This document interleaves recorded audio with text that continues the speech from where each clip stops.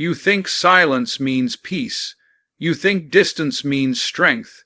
You think because he stopped calling, stopped chasing, stopped explaining, that he stopped feeling. But let me tell you something most people never understand. Some people don't move on. They retreat, they regroup, and they wrestle with the truth when no one is watching. What you don't see is where the real story begins. You think he's calm because he's quiet. You think he's healed because he doesn't reach out. But silence isn't peace, silence is war. It's the place where memories get loud, where moments replay without permission, where laughter turns into lessons and love turns into questions. Silence looks peaceful from the outside, but inside it is anything but calm. People assume that when someone goes quiet, they've found closure, acceptance, or relief. That's a comforting lie. Silence is not the absence of emotion. It's the absence of witnesses. It's where everything he avoided saying finally shows up uninvited. Every word swallowed, every feeling ignored, every moment postponed for later, gathers strength there. Silence becomes a battlefield where thoughts clash, memories collide, and the truth refuses to stay buried. There are no distractions powerful enough to drown it out completely. In silence, time slows down, minutes feel longer, nights feel heavier, and the mind starts replaying scenes with brutal clarity. He remembers conversations he rushed through, arguments he dismissed, moments where he chose comfort over effort. Silence forces him to sit with the versions of himself he doesn't like to face. The impatient one, the careless one, the one who thought love was guaranteed. Without noise, there's no escape route. Silence strips away excuses and leaves him alone with the consequences of his choices. Silence also has a way of amplifying absence. When someone is truly gone, their absence doesn't feel empty, it feels full. Full of reminders, full of echoes, full of questions that don't have easy answers. He notices it in the small things, the way certain songs hit harder, the way certain places feel different, the way laughter doesn't land the same anymore. Silence sharpens awareness. It teaches him that losing someone isn't just losing their presence. It's losing the version of life that existed when they were part of it. What makes silence so powerful is that it doesn't judge, but it doesn't forgive either. It simply reflects. It shows him who he was, who he pretended to be, and who he could have been if he'd acted differently. In silence, there's no one to blame, no one to argue with, no one to convince. The stories he told himself start falling apart. The narrative where he was always right begins to crack. Silence doesn't shout the truth. It waits patiently until he's ready to hear it. There's also fear in silence. Fear of realizing that what was lost was rare. Fear that what he let go of won't come back in another form. Fear that moving on might not be as simple as everyone claims. Silence brings these fears forward without mercy. It asks questions he avoided when things were comfortable. Was I enough? Did I try hard enough? Did I value what I had while I had it? And the hardest part is that silence demands honest answers, not convenient ones. Silence becomes the turning point because it exposes the gap between what he said and what he did, between promises made and promises kept. In that quiet space, he begins to understand that closure isn't something you find by walking away. It's something you earn by facing what you lost. And silence makes sure he feels every part of that process. It's not dramatic, it's not loud, and it doesn't offer relief. It simply stands there, unwavering, forcing him to confront the truth he thought distance would erase. People often misunderstand why someone leaves. They think it's because the feelings faded, because the love wasn't strong enough, or because they stopped caring. But the truth is far more complicated. Many times, it's not the heart that decides, it's the ego. Ego walks away first, convinced it knows what's best, confident it can handle the aftermath, and certain that moving on is the same as letting go. The ego craves control, status, and self-preservation. It wants to win to avoid looking weak, to mask vulnerability. The heart, however, doesn't follow such rules. The heart beats on even when the ego has already claimed the exit. The problem is that walking away too early doesn't erase attachment. It just hides it under layers of pride and self-justification. While he may appear confident, while he may act like life is unaffected, the truth is that the heart continues to count every moment lost, every word unsaid, and every choice that led to this separation. Pride gives him a mask, but it's a fragile one. Every smile he fakes, every laugh he forces, every "I'm fine" he utters is an effort to convince himself that leaving was the right decision. Deep down, the heart rebels quietly, whispering that the ego's plan might be flawed. Ego leaves room for mistakes, but the heart never stops noticing. It remembers the little things, the gestures, the care, the moments of connection that the mind tries to rationalize away, and it's relentless. While he tells himself that distance is necessary, the heart is replaying every memory, weighing every interaction, silently asking whether leaving was worth the price. This is where confusion sets in. The part of him that walked away thinks he has control, but the part that truly matters, the part that feels, that loves, is still entangled, still resisting the exit strategy imposed by pride. What makes this moment so powerful is that ego walks away in haste, but the heart takes its time. Ego seeks immediate satisfaction, freedom from responsibility, freedom from conflict, freedom from accountability. But the heart measures consequences over time. It doesn't heal overnight, and it doesn't lie. The heart watches, waits, and slowly gathers evidence of loss. It notices patterns, regrets, and missed opportunities that the ego either ignored or dismissed. And in doing so, it begins to set the stage for an awakening he wasn't expecting. This disconnect between ego and heart creates tension that he can't ignore forever. The ego tells him to look forward, to move on, to dismiss the past. But the heart reminds him constantly of what truly mattered, what he valued, and what he might never experience the same way again. And eventually, the ego starts to lose its grip. The excuses grow thin, the justifications sound hollow, and the decisions that once seemed clever begin to feel reckless. It is in this space, between ego's departure and the heart's insistence, that real reflection begins. Ultimately, ego walking away first is both a shield and a trap. It protects him from vulnerability, but it also blinds him to reality.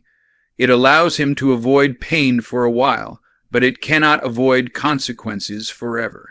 The heart, stubborn and patient, continues its work silently, demanding that he face the truth. Leaving doesn't erase connection, and walking away doesn't remove attachment. Pride may have staged the exit, but the heart ensures that the lesson, the realization of what he lost arrives inevitably, no matter how long it takes. When someone walks away, the world assumes they've moved on.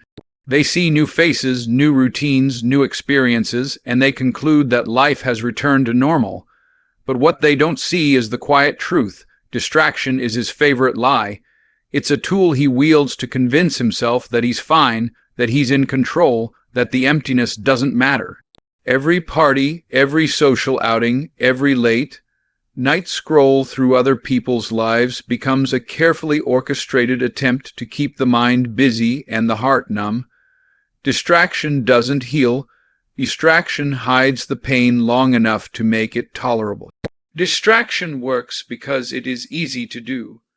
It requires no vulnerability, no self-reflection, no uncomfortable confrontation with the past.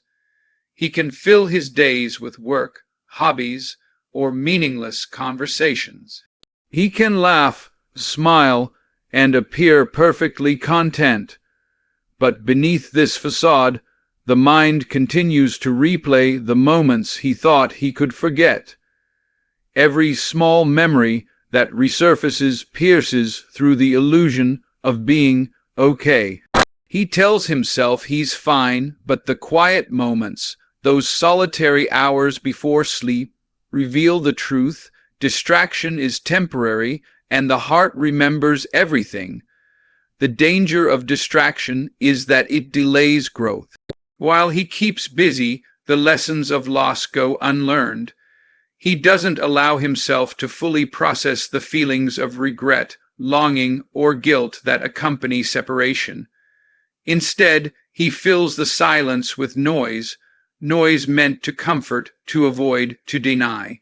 And while this might give him short-term relief, it also prolongs the eventual reckoning. Life has a way of catching up, and the longer he hides behind distractions, the sharper the eventual realization of what was lost will hit. Distraction also creates a false sense of control. By staying busy, he convinces himself that he can outrun the truth. He surrounds himself with people, experiences, and tasks to mask the emptiness he feels. Yet, no matter how many new faces he meets, or how many nights he spends pretending to laugh, there are moments when reality seeps through. A song on the radio, a scent in the air, a familiar phrase. Suddenly, the past intrudes, uninvited and undeniable. And that's when distraction proves to be a weak shield, unable to prevent the inevitable confrontation with what he left behind. What makes distraction particularly cruel is that it can fool not only others but also himself. To the world, he appears strong, independent, unshaken. People say he's moved on, look at him. But that's just the surface. Behind closed doors, in the quiet of his own mind, he wrestles with memories, wishes, and regrets. Distraction delays the truth, but doesn't erase it. It's a temporary illusion of control in a battle that no amount of activity can ultimately win. Finally, distraction doesn't just hide feelings. It magnifies them in their absence. Every moment spent avoiding the truth becomes a moment wasted, a moment he could have used to understand, to grow, and to heal. And in the end, he realizes that the things he tried to outrun, the love he ignored, the opportunities he dismissed, the presents he took for granted, are still there, waiting to be acknowledged. The lie of distraction is seductive, but it cannot withstand the quiet persistence of memory and the unrelenting force of the heart. Time is patient. It doesn't rush. It doesn't argue. It doesn't care about excuses, rationalizations, or justifications. But it notices everything. What pride hides in the moment, time eventually reveals. He may have walked away with his ego intact, with confidence carefully polished, with a mask of indifference on his face. But time has a way of tearing that mask apart. Every lie he tells himself, every story he spins about why leaving was necessary, every moment he believes he's moved on, will eventually collide with reality. Time exposes the cracks, the regrets, the things he refused to admit even to himself. At first, time is subtle. It creeps in quietly in the background of his days. A fleeting thought here, a memory there. He might dismiss it, ignore it, or laugh it off. But these moments accumulate like a slow tide against the shore, gradually wearing down the defenses his ego has built. A song triggers a memory, a familiar scent stirs a forgotten laugh, a casual mention of the past cuts deeper than he expected. Time doesn't force confrontation. It waits, and it patiently ensures that avoidance becomes impossible. Eventually, the silence he cultivated in distraction becomes the stage for reckoning. Time is also unrelenting in its honesty. Pride wants to rewrite the past, to spin it in his favor, to convince him he did the right thing. But time has no allegiance. It doesn't forgive the careless words, the ignored warnings, or the love that went unappreciated. It simply measures. And in that measurement, he begins to see what pride refused to acknowledge, that leaving didn't erase connection, that distance didn't diminish what he had, and that the person he walked away from was never someone disposable. Time shines a light on the truth, and the longer he resists it, the brighter it burns. What makes time so powerful is its subtle lessons. Unlike sudden realizations, time teaches through experience, reflection, and observation.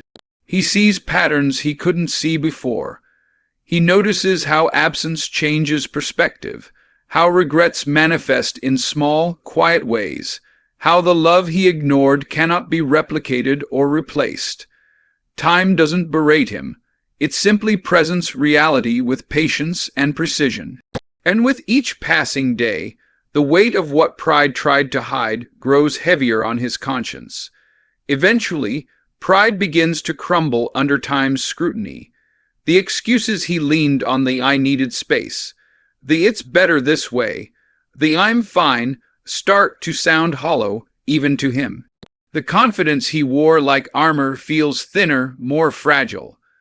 The world may still see him as composed, collected, and moved on, but time knows the truth.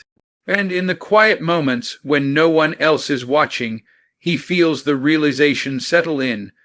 He lost something invaluable, and no amount of ego, distraction, or bravado can undo that fact.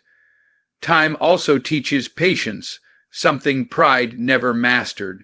It forces him to sit with the consequences of his choices and understand that some losses are permanent. The love he thought could be replaced cannot be replicated. The connection he dismissed cannot be relived, and the opportunity he ignored cannot be reclaimed. Pride can only hide in the present. Time will always illuminate the past. And when he finally sees what he tried to escape, he understands. Sometimes, the hardest lessons arrive not in a moment of anger or pain, but in the quiet, relentless passing of time itself. Ironically, the moments when he starts to grow are the moments when loss stings the most.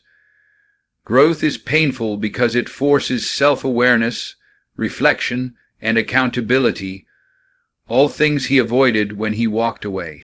While he may appear stronger, more confident, or more independent, the truth is that growth doesn't erase the past, it magnifies it.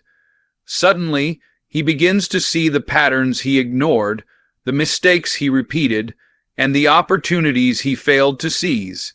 And in that space between who he was and who he is becoming, the weight of what he lost presses down like nothing else ever could. Growth doesn't happen in isolation. It reveals contrasts.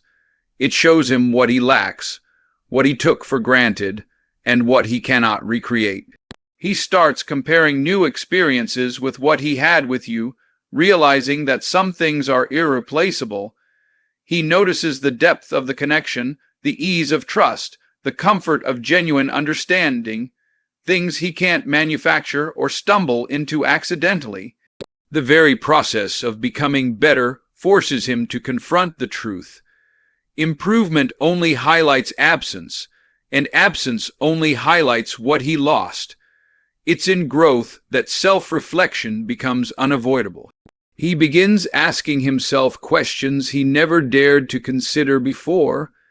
Did I truly appreciate what I had? Was I present when it mattered most? Could I have done more?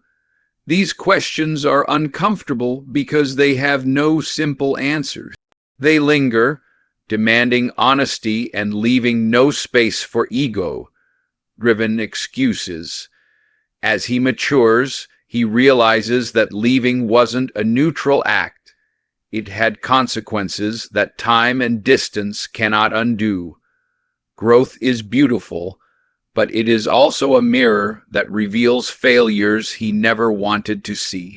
Loss, in this context, is not just absence. It's a constant reminder of potential wasted. Each step forward in his personal growth is shadowed by the memory of what he left behind. The experiences he accumulates, the lessons he learns, and the victories he achieves all come with a silent companion, the awareness that he accomplished them without the person who mattered most. Growth feels bittersweet because it's interwoven with regret. He becomes stronger, but he also becomes painfully conscious of the love and connection he ignored while he was too focused on himself. What makes this realization so profound is that it arrives slowly, almost imperceptibly. Growth is incremental, and so is regret. It creeps in quietly as he notices what other people cannot give him, what fleeting pleasures cannot replace, and what second chances are rarely offered. He begins to understand that maturity and wisdom cannot resurrect the past, and that the process of becoming a better version of himself is inseparably tied to the memory of what he lost. Every step forward is accompanied by the awareness of what could have been. Finally, growth forces him to confront the ultimate truth. Loss teaches lessons that presence cannot.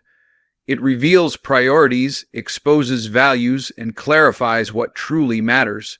While he may gain confidence, experience, and perspective, he also gains awareness of his own mistakes.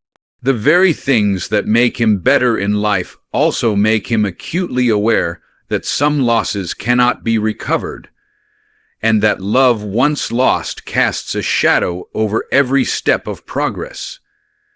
In the end, growth and loss coexist, and in that coexistence lies the beginning of true regret. Regret doesn't announce itself with fanfare. It doesn't storm in, demanding attention. Instead, it creeps quietly, subtly, like a shadow stretching across a room at dusking, escapable once it's fully there. He thought he could outrun it, hide behind excuses, or numb it with distractions. But regret is patient. It waits until all pretenses have fallen away, until the ego has exhausted itself, until growth has forced self-reflection. And in that quiet, unavoidable space, he begins to realize something he should have known all along. You were invaluable. He starts noticing it in the small things. The ease of your laughter that once filled the air, the way your presence seemed to make even the mundane feel meaningful, the silent ways you supported him without ever demanding recognition. These aren't grand gestures he can point to. They are subtle, almost invisible, but their absence is deafening. Suddenly, he feels the weight of all the little ways he underestimated your worth. Every overlooked moment, every dismissed word, every unappreciated effort rises up to confront him with a truth too late. Losing you wasn't just a mistake. It was a failure to recognize what he could never replace. Regret also reveals itself through comparison. No new friendship, no fleeting romance, no temporary excitement can match what he had with you. Others may fill space, but they cannot fill the void. And as he notices this, he feels the sting of realization. He traded depth for convenience, consistency for novelty, love for pride. The very lessons he learned through distraction and growth now compound his regret, making him painfully aware that what he lost wasn't just someone to love. It was someone who truly understood, valued, and complimented him in ways that cannot be replicated. What makes regret so unforgiving is that it is both personal and undeniable. Unlike advice from friends or warnings from others, regret is internal, intimate, and impossible to ignore. It forces him to face himself, to confront the choices he made, and to admit the truth he avoided, that leaving wasn't just a decision. It was a consequence that he now fully comprehends. He realizes that he didn't just lose a person. He lost a version of life that he can never reconstruct. And in that realization, there is no pride, no justification, no comfort, only clarity and the ache that comes with it. Regret arrives slowly, but once it does, it lingers. It doesn't give him closure, it gives him awareness. It doesn't erase the past, it sharpens it. And it doesn't give him you back, it teaches him the value of what he let go, in excruciating detail. He begins to understand that the very qualities he overlooked, the patience he took for granted, the unwavering care he dismissed, were the rarest kind of gifts. And those gifts are now memories, untouchable yet unforgettable, haunting him with their absence and reminding him of what he truly lost. Ultimately, regret is a teacher he never wanted, a truth he never asked for, and a realization he cannot escape. It doesn't shout or demand, it waits silently until he has no defenses left. And when he finally understands your value, he is left with a bitter truth.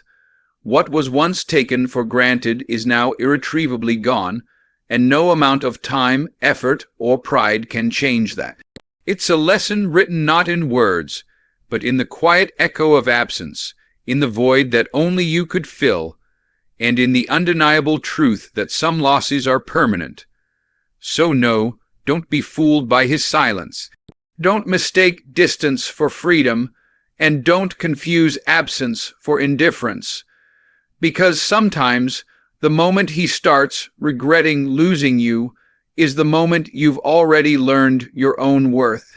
The moment he realizes what he let go of is the moment you've already grown beyond needing his recognition, and that is the quiet victory, the kind of victory that doesn't need to be announced, that doesn't need applause, that doesn't require validation. It's the victory of knowing your value, embracing your strength, and moving forward with the clarity that he may only see in hindsight. Remember this, people will only recognize what they've lost when it's gone. But you'll never be defined by their delay in understanding. You were priceless then. You are priceless now. And you will remain priceless, no matter what he realizes too late.